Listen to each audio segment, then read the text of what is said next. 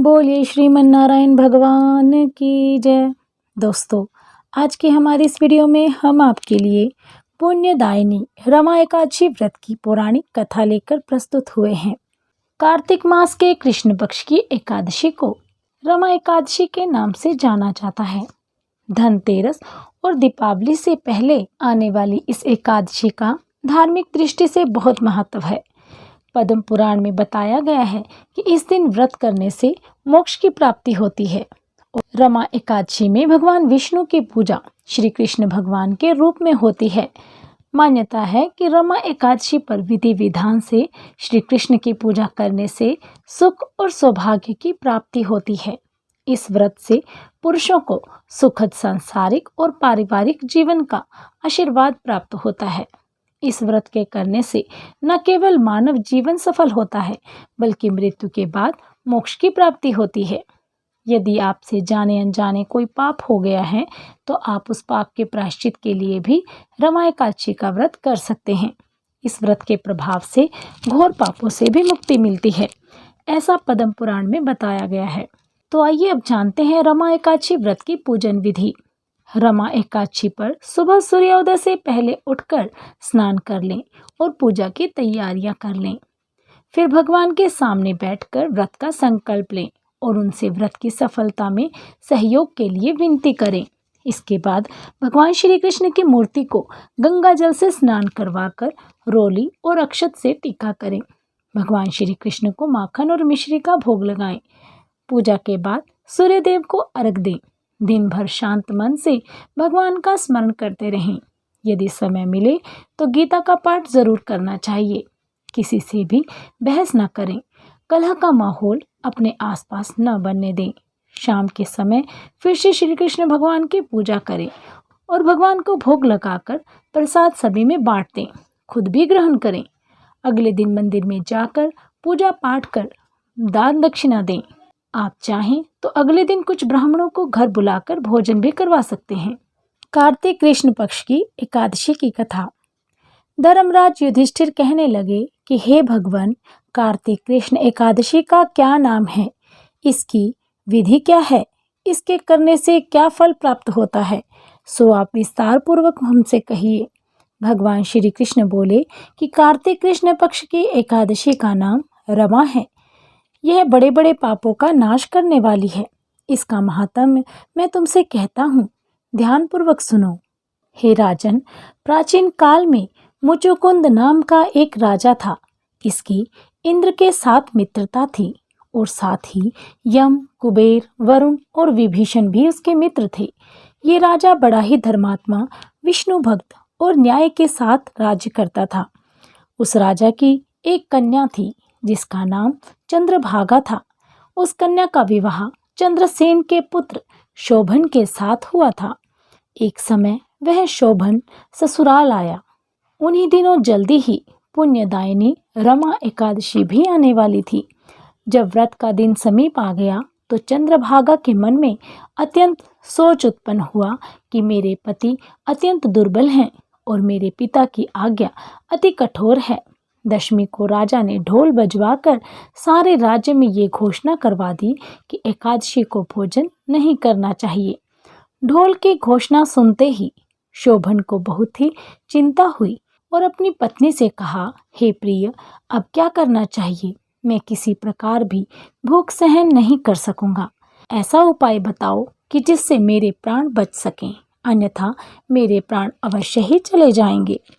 चंद्रभागा कहने लगी, हे स्वामी, मेरे पिता के राज्य में एकादशी के दिन कोई भी भोजन नहीं करता।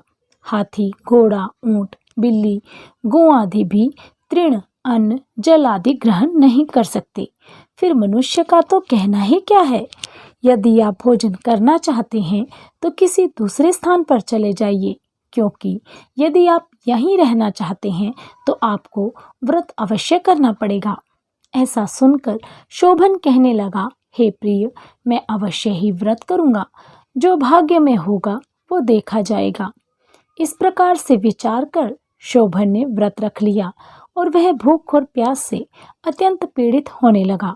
जब सूर्य नारायण अस्त हो गए और रात्रि को जागरण का समय आया तो वैष्णवों को अत्यंत हर्ष देने वाला था, परंतु शोभन के लिए अत्यंत दुखदायी हुआ। प्रातःकाल होते ही शोभन के प्राण निकल गए। तब राजा ने सुगंधित काष्ठ से उसका दाह संस्कार करवाया, परंतु चंद्रभागा ने अपने पिता की आज्ञा से अपने शरीर को दग्ध नहीं किया और शोभन की अंत्येष्टि क्रिया के बाद अपने पिता के घर में ही रहने लगी।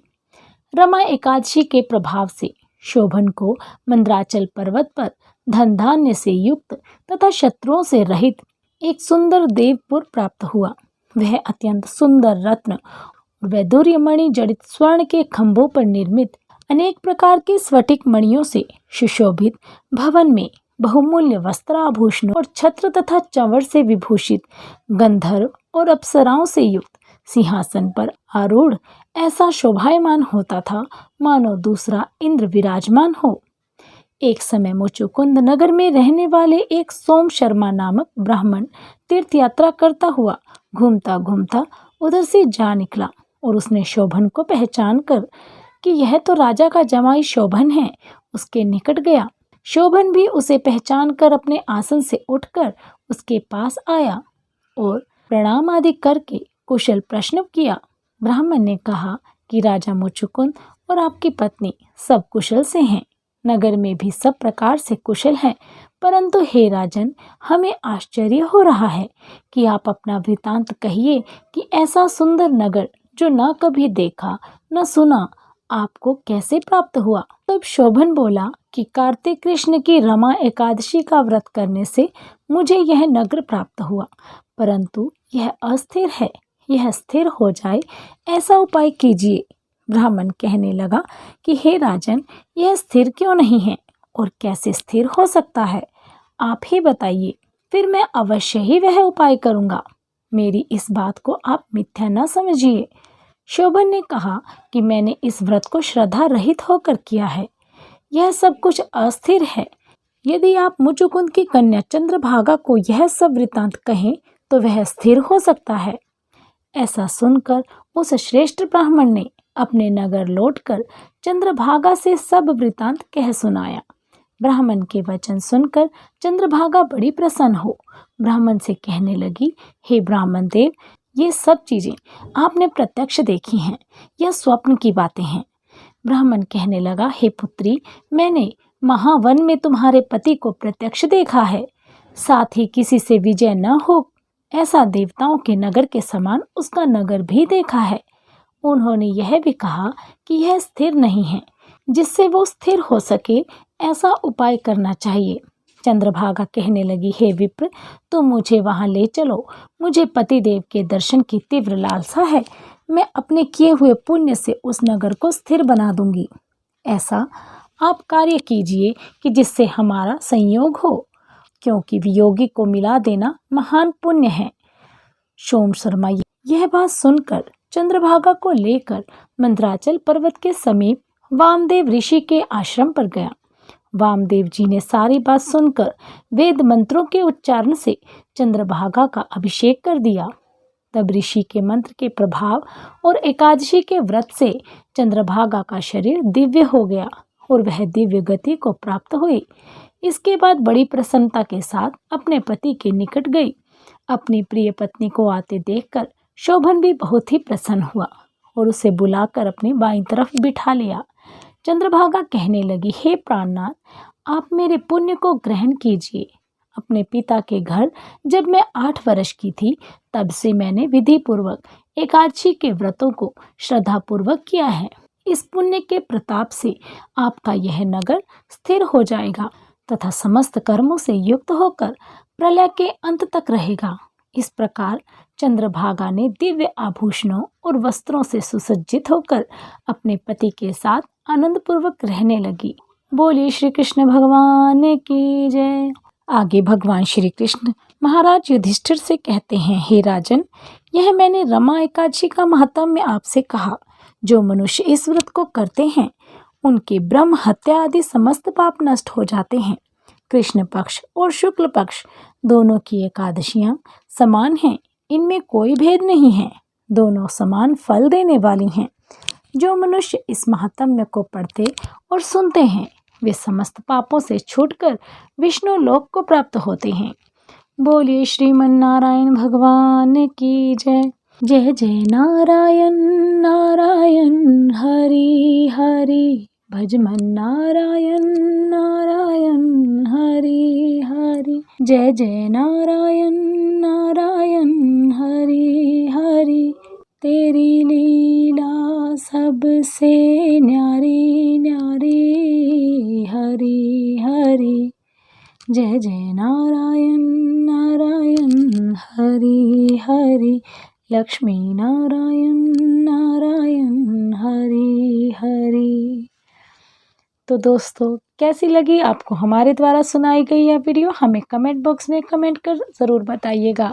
यदि आप हमारे चैनल पर नए हैं तो हमारे चैनल को सब्सक्राइब करना बिल्कुल भी मत भूलिएगा।